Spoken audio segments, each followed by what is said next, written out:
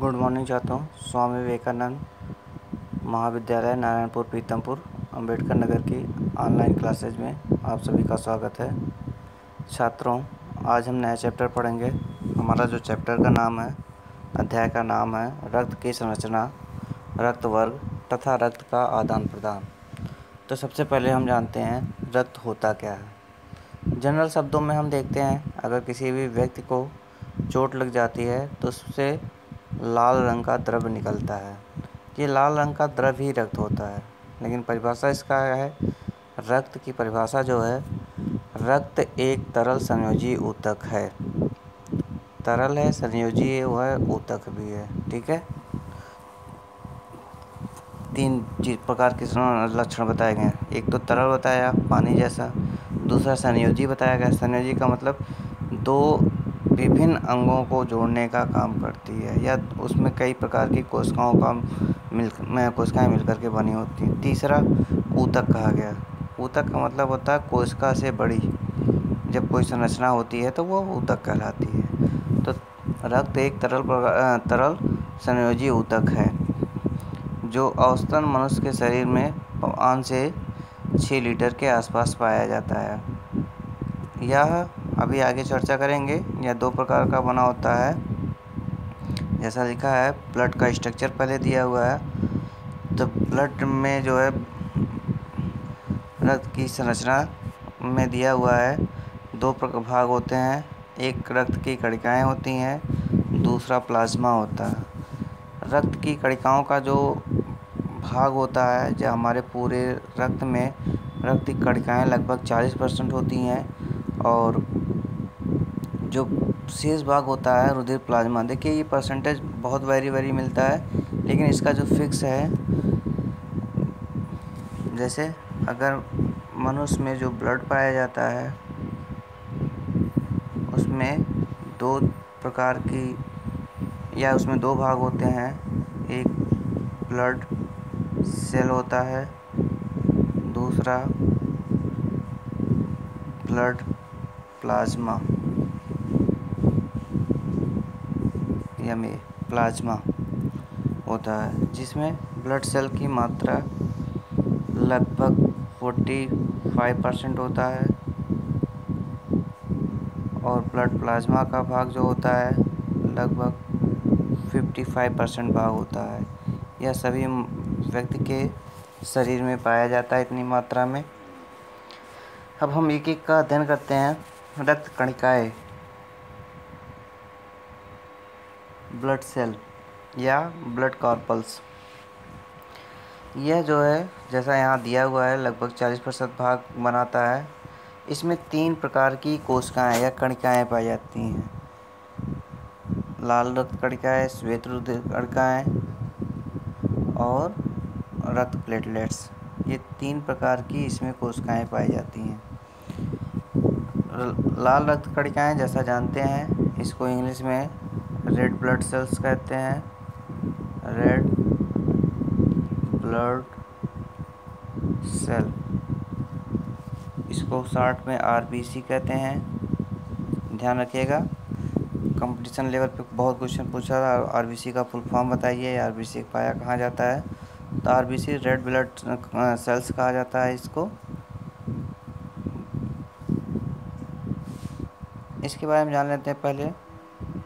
जैसा यहाँ दिया गया है, लाल रुधिर कणिकाओं की जो संरचना होती है गोल होती है, तस्तरी नुमा होती है, तथा दोनों तरफ पिचकी हुई होती हैं, और यह मनुष्य के रक्त में 1 घन मिलीलीटर में इसकी संख्या 55 लाख होती है, और स्त्रियों में ये 4.5 से 5 लाख होती है।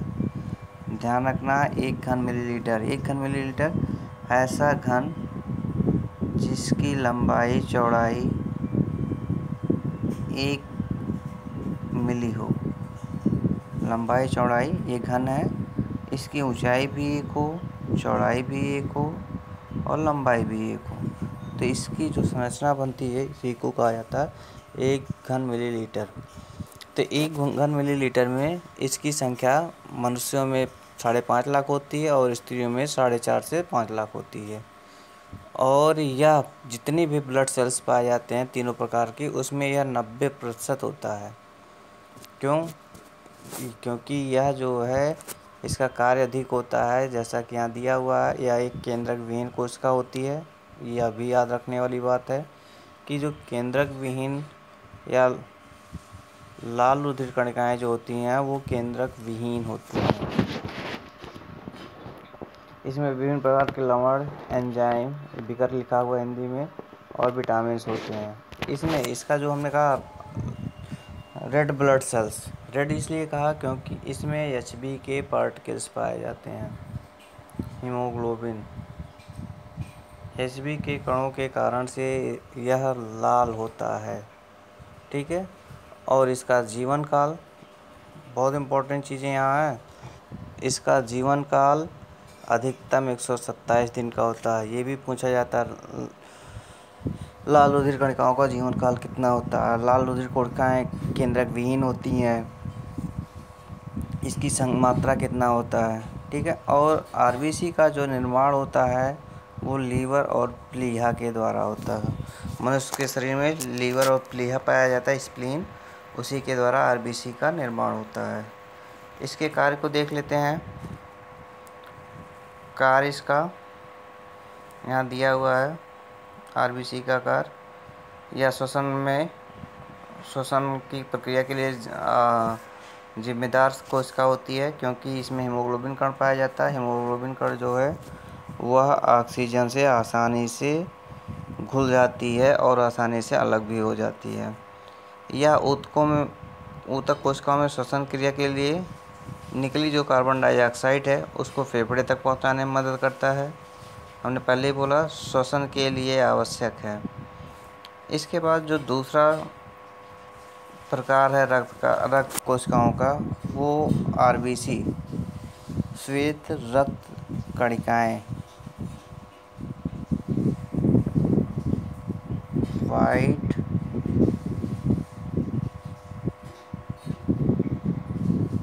ब्लड सेल, इसको शॉर्ट में WBC कहते हैं। ठीक है, शॉर्ट में WBC कहते हैं, ध्यान रखिएगा। जैसा कि यहाँ इसकी मात्रा दिया हुआ है, लगभग 5000 से 9000 तक होती है एक मनुष्य के रुधिर में 1 घन मिलीलीटर में। यह केंद्रक युक्त कोशिकाएँ होती हैं। श्वेत रुधिर कणिकाएँ जो होती हैं केंद्रक युक्त होती हैं। इनकी संख्या आवश्यकता अनुसार घटती बढ़ती रहती है। इनका असल अमीबा जैसे होता है। यह रंगहीन होती हैं तथा यह प्लीहा से बनती हैं। इनका जीवन काल बहुत कम होता है, 1 से 4 दिन का होता है। लेकिन बहुत इम्पोर्टेंट ये कोशिकाएँ होती हैं WBC। यहाँ कार्य में हम देख लेते हैं। WBC का जो कार्य है, शरीर में अशक्त टूटी कोशिकाओं का भक्षण करती है, कह सकते हैं यह साफ सफाई का काम करता है।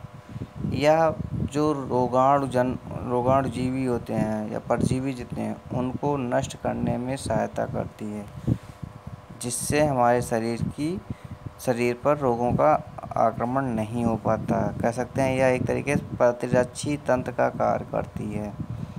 ठीक है।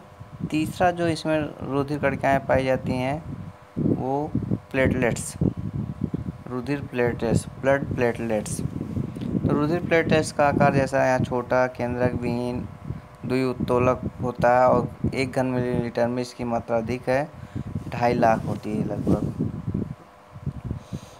और जिसका काम क्या है प्लेटलेट्स का, यह हमारे शरीर में रुधिर स्राव को रोकता है कि अगर हमारे शरीर में कहीं चोट लग गई या कट गया, फट गया है, तो उसके स्राव को यह रोकने में सहायता करता है।